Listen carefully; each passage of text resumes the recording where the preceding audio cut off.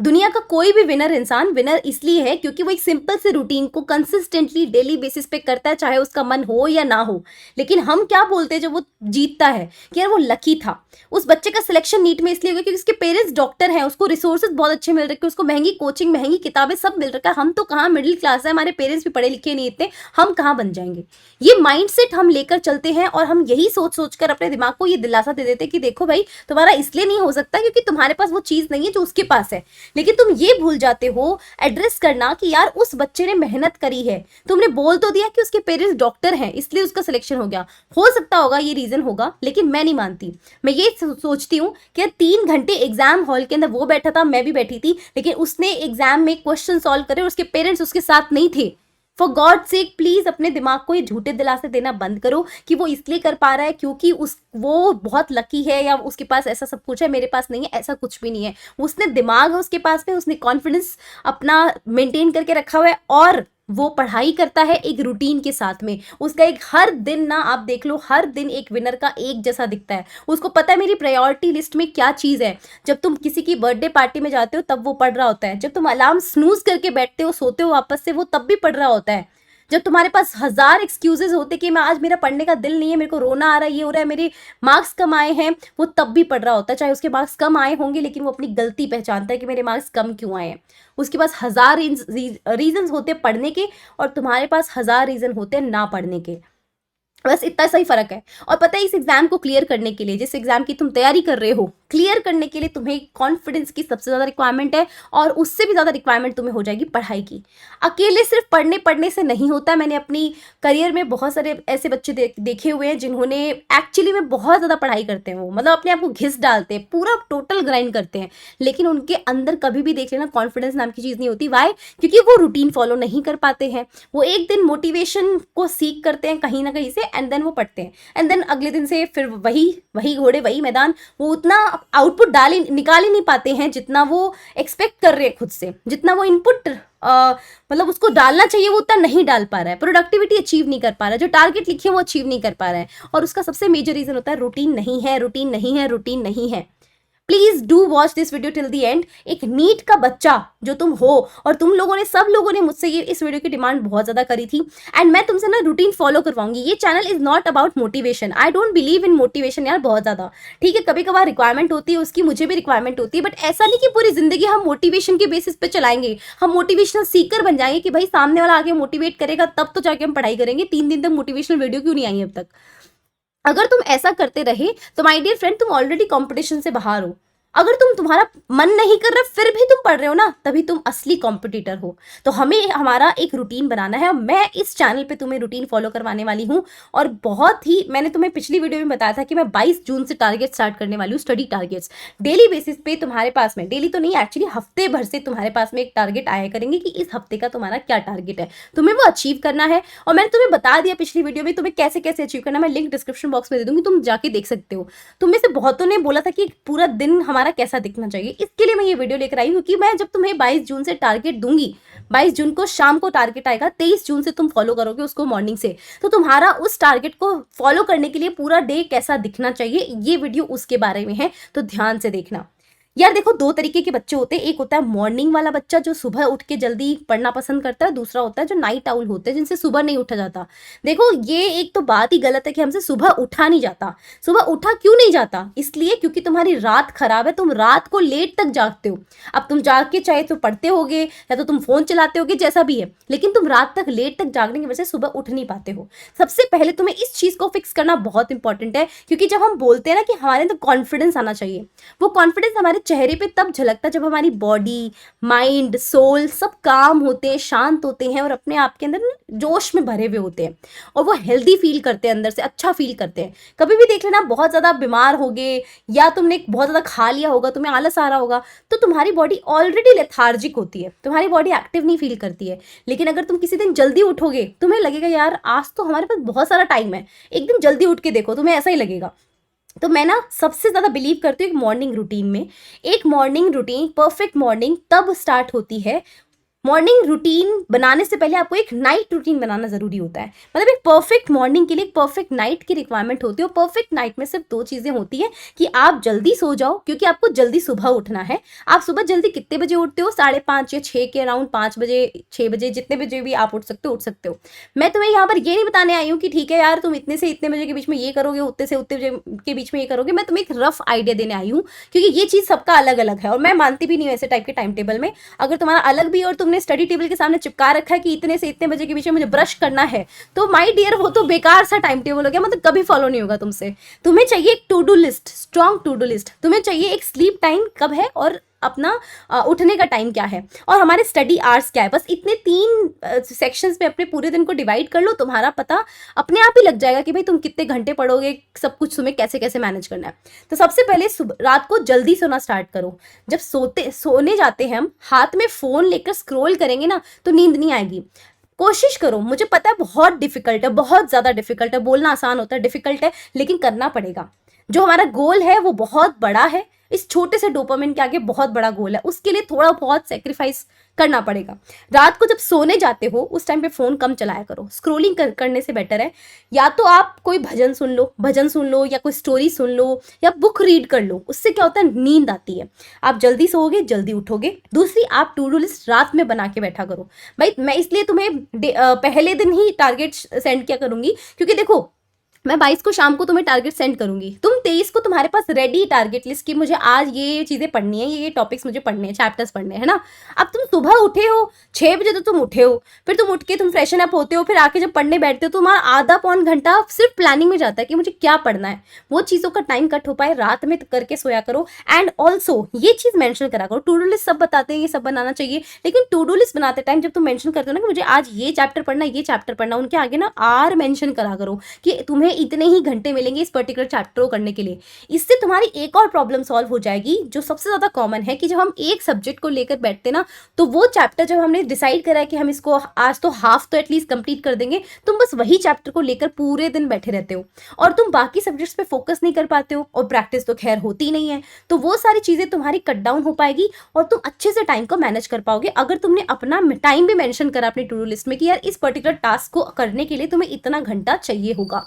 ठीक है, तो हमारा एक रात का परफेक्ट रूटीन बन जाएगा ना। उसके बाद तुम्हें आना है अर्ली मॉर्निंग में, जब तुम उठ जाते हो क्या करोगे, उठना कितने बजे मैं तुम्हें बोलूंगी, आप 5 साढ़े 5 के अराउंड उठ जाया करो। 6 बजे तुम पढ़ने बैठ जाया करो, 5:30 बजे उठते हो, 6 बजे पढ़ने बैठ जाया करो, या तुम थोड़ा लेट जब भी है पढ़ने बैठ जाया करो।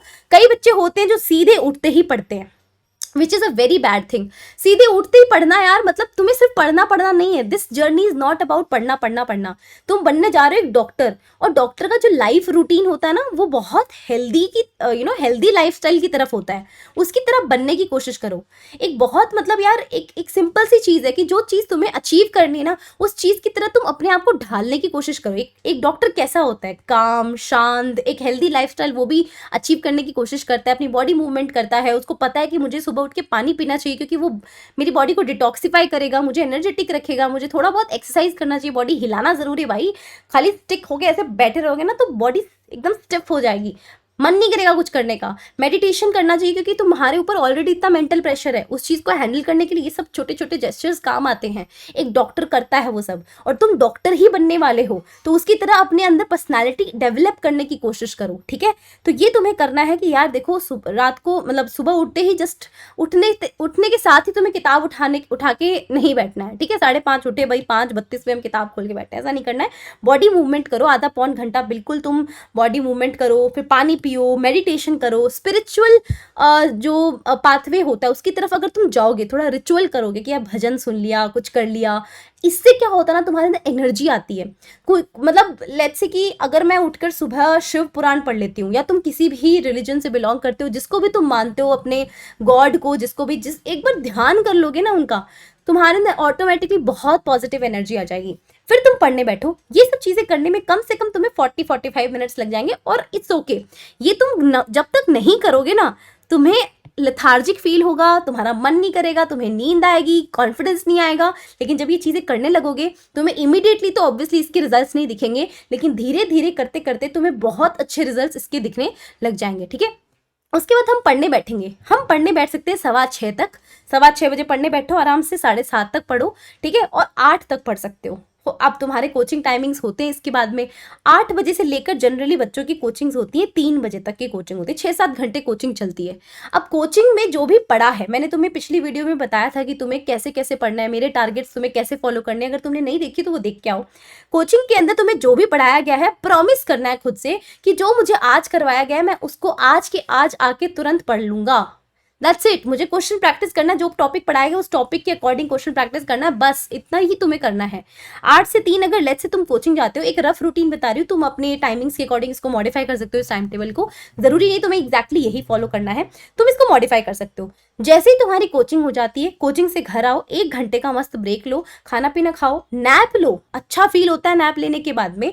और उसके बाद तुम 5 बजे से लेके 7 बजे, 5 बजे पढ़ने बैठो, ठीक है, या तुम 4 बजे पढ़ने बैठ जाओ। चलो ये तो 5 मैंने लिख दिया, 1 घंटा और मैंने बीच में निकाल दिया यहाँ पर। 4 बजे पढ़ने बैठो। अगर तुम 4 बजे पढ़ने बैठते हो, 7 बजे तक पढ़ते हो, 3 घंटा तुम लगातार नॉन स्टॉप पढ़ सकते हो। एक सिटिंग तुम्हारे पूरे दिन में 3 घंटे की होनी चाहिए, ताकि तुम एग्जाम रेडी बन पाओ। तुम्हारा एग्जाम 3 घंटे का होता है और तुम 3 घंटे की सिटिंग पावर बना पाओ। और ये मॉक टेस्ट में भी तुम्हें हेल्प करेगा। जब तुम मॉक टेस्ट दोगे तो तुम्हारा प्रॉपर एक 3 घंटे की सिटिंग बनी रहेगी। तो तुम 4 से लेके 7 बजे तक अपने एक सेल्फ स्टडी का स्लॉट नंबर 1 लगाओ।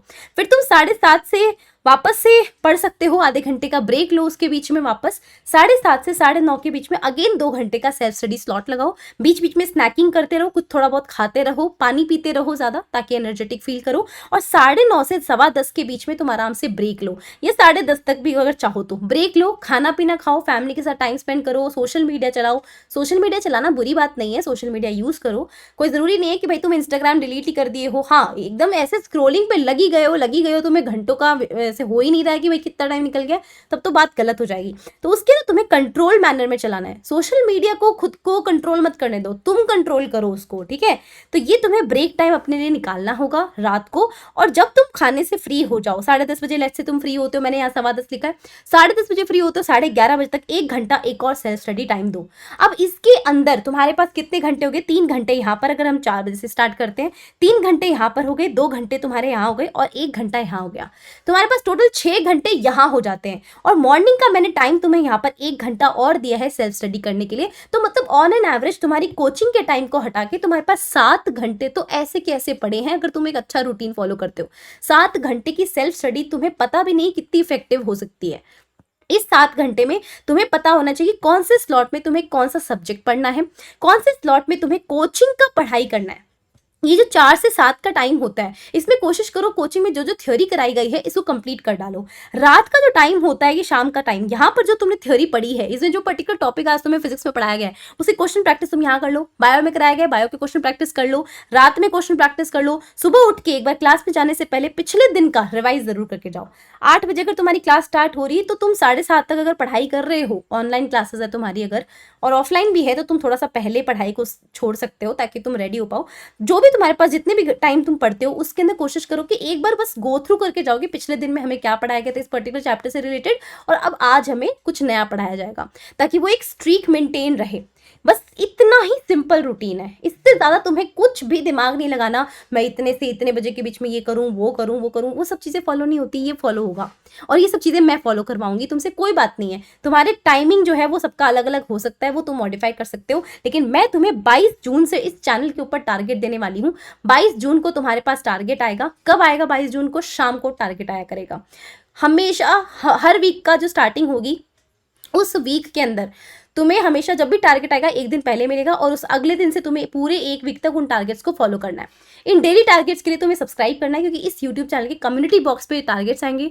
टेलीग्राम चैनल जिसका लिंक डिस्क्रिप्शन बॉक्स में, उसको ज्वाइन करके रखो, क्योंकि वहाँ पर मैं तुम्हें स्टडी मटीरियल्स भी भेजती रहूंगी और टारगेट्स भी आते रहेंगे, ठीक है। और साथ साथ में यार मतलब चैनल से जुड़े रहो, क्योंकि यहाँ पर तुम्हें मैं सिर्फ मोटिवेशन दे देकर काम नहीं करवाना चाहती हूँ तुमसे यार। मैं तुम्हें मोटिवेशन सीकर नहीं बनाना चाहती हूँ। मैं अपने खुद के छोटे भाई को भी नहीं बनाना चाहूँगी, तुमको तो मैं क्यों ही बनाऊंगी, राइट। तुम मेरे छोटे भाई बहन हो और मैं तुम्हें एक रूटीन फॉलोअर बनाना चाहती हूँ। कॉमेंट में तुम जरूर लिखोगे आई am a routine follower. And हम 22 जून से स्टार्ट करेंगे। इस वीडियो को जितना शेयर हो सकता है उतना शेयर करो अपने फ्रेंड्स के साथ, ताकि सब लोग इस कॉम्पिटिशन में आए कि सब कौन, लेट्स से कि वीक के एंड तक आते आते कितने लोग हैं जो टारगेट को अचीव कर पाते हैं जो हमने बनाया है। अगर जो अचीव कर पाता है यार, मतलब literally you are doing so amazing. ठीक है, I see you on 22 of June on this YouTube channel and Telegram channel as well. शाम को टारगेट आ जाएगा। 23 June will be your implementation date, मतलब जहां पर तुम्हें इंप्लीमेंट करना उन टारगेट को। ठीक है, on that note Ekta Soni signing off the day. Thank you so much for watching this video. Please comment जरूर करना। I am a routine follower. मिलते हैं नेक्स्ट वीडियो में।